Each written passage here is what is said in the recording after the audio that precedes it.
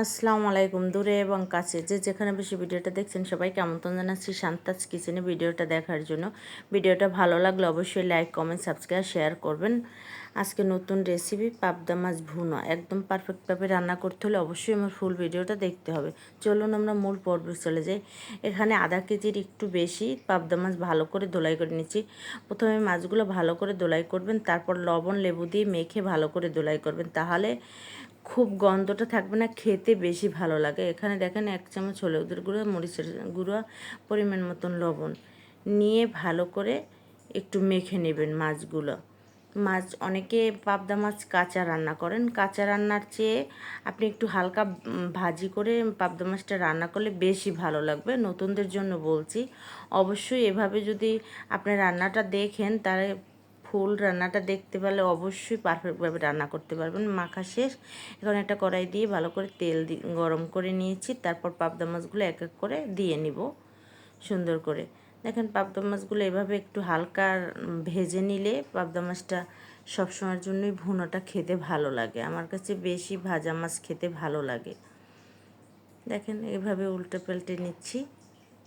মাছগুলা একদম ভাজা প্রায় শেষ পর্যন্ত, এপিট ওপিট একটু হালকা আছে।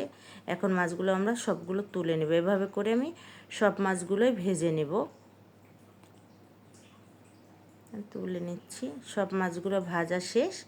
এই তেলেই আর একটু তেল পরিমাণ দিয়ে একটু পেঁয়াজ কুচনি বেশি দেব, তারপর একটু আদা রসুন বাটাটা দিলে বেশি ভালো লাগে। তারপর একটু হালকা পানি দিয়ে হলুদের গুঁড়ো, মরিচের গুঁড়া, ধনিয়ার গুঁড়া, জিরের গুঁড়ো এগুলো দিয়ে ভালো করে কষিয়ে নেব। যত কষাবেন তত ভালো লাগবে। একটু পেস্টে লাল লাল করে নিলে ভালো হয়। অবশ্যই দেখছেন আমি পেস্টে লাল লাল করে একটু তারপর মশলাটা দিয়ে ভুনে নিচ্ছি।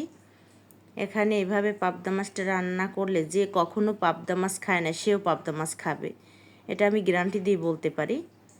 বারবার কষিয়ে নেবেন, যত কষাবেন তত ভালো লাগবে। অনেকটা সময় নিয়ে আমি কষিয়ে নিচ্ছি। দেখেন আপনাদের সাথে নতুনদের জন্য পুরোটাই আমি শেয়ার করলাম। আমরা একটা রান্না অনেকটা সময় নিয়ে আসলে করি, আপনাদের সাথে পরিবেশন করি হয়তো 4 মিনিট 5 মিনিট, আসলে একটা রান্নার পিছনে অনেকটা সময় ব্যয় করি আমরা। দেখেন কষানো শেষ। এখন পরিমাণ মতন পানি দিয়ে নেব আমরা।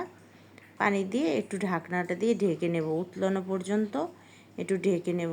যেই গরম হয়ে যাবে পানিটা, ওই পর্যায়ে আমরা মাছগুলো ঢেলে দিব। মাছগুলো দিয়ে দেখেন এখানে অনেকটা সময় 20 মিনিট 30 মিনিট যে যে টাইম মতন হয় ওই টাইম মতন মাছটা ভাজি করতে লাগবে। দেখেন আমার মাছটা 10-15 মিনিট পর ফিরে আসছি।